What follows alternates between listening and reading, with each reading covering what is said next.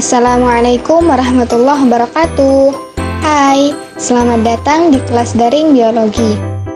Kali ini kami akan membahas materi tentang mikroorganisme yang memiliki ukuran lebih besar dari virus, yaitu bakteri. Semoga kamu senantiasa sehat dan tetap semangat belajar ya. Pernahkah kamu mendengar tentang bakteri? Mungkin kamu berpikir bakteri itu merugikan bagi manusia. Eits, jangan salah. Ternyata sebagian bakteri ada yang menguntungkan loh bagi manusia. Salah satunya adalah bakteri Cupriaphidus metallidurans.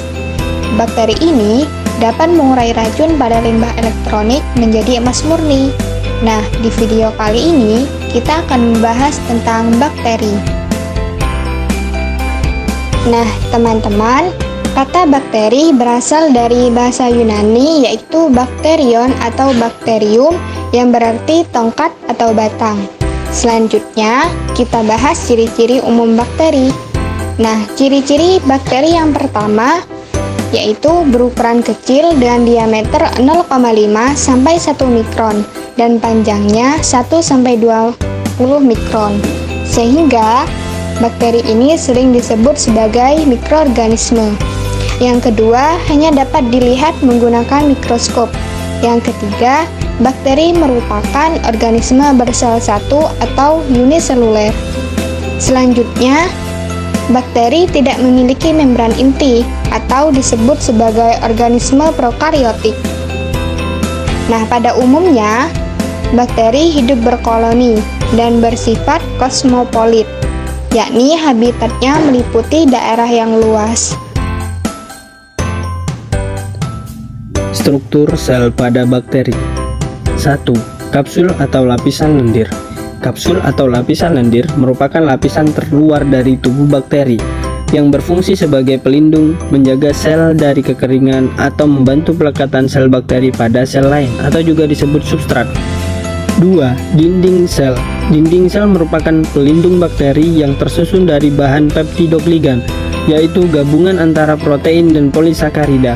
Fungsi peptidogligan adalah untuk mempertahankan bentuk sel bakteri, melindungi sel, dan menjaga sel agar tidak mudah pecah jika berada di lingkungan yang hipotonis. 3. Membran plasma. Membran plasma merupakan lapisan pelindung yang tersusun dari bahan protein dan fosfolipid.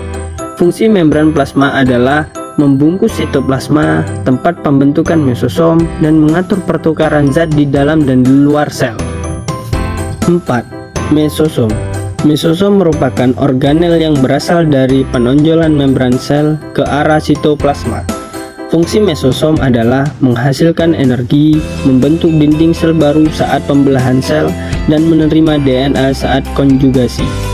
5. Sitoplasma. Sitoplasma merupakan cairan koloid yang mengandung molekul-molekul organik, garam-garam mineral, DNA, klorosom, dan ribosom. Fungsi sitoplasma adalah sebagai tempat berlangsungnya reaksi-reaksi metabolisme sel. 6. DNA. DNA merupakan materi genetik di dalam sel bakteri. Terdapat dua macam DNA pada bakteri, yaitu DNA kromosom dan DNA non-kromosom atau juga disebut plasmid. DNA kromosom berfungsi menentukan sebagian sifat-sifat metabolisme bakteri, sedangkan plasmid berfungsi menentukan sifat-sifat tertentu seperti sifat patogen, sifat fertilitas, atau sifat kekebalan terhadap antibiotik. 7. Pili atau fimbriae merupakan rambut-rambut yang berdiameter lebih kecil, lebih kaku, dan lebih pendek daripada flagella. Pilus atau fimbriae terletak di sekitar dinding sel. 8. Flagella. Flagella merupakan alat gerak pada bakteri yang tersusun dari senyawa protein dan terdapat di dinding sel. Oke, sampai di sini dulu ya. Semoga kalian bisa paham materi tentang bakteri.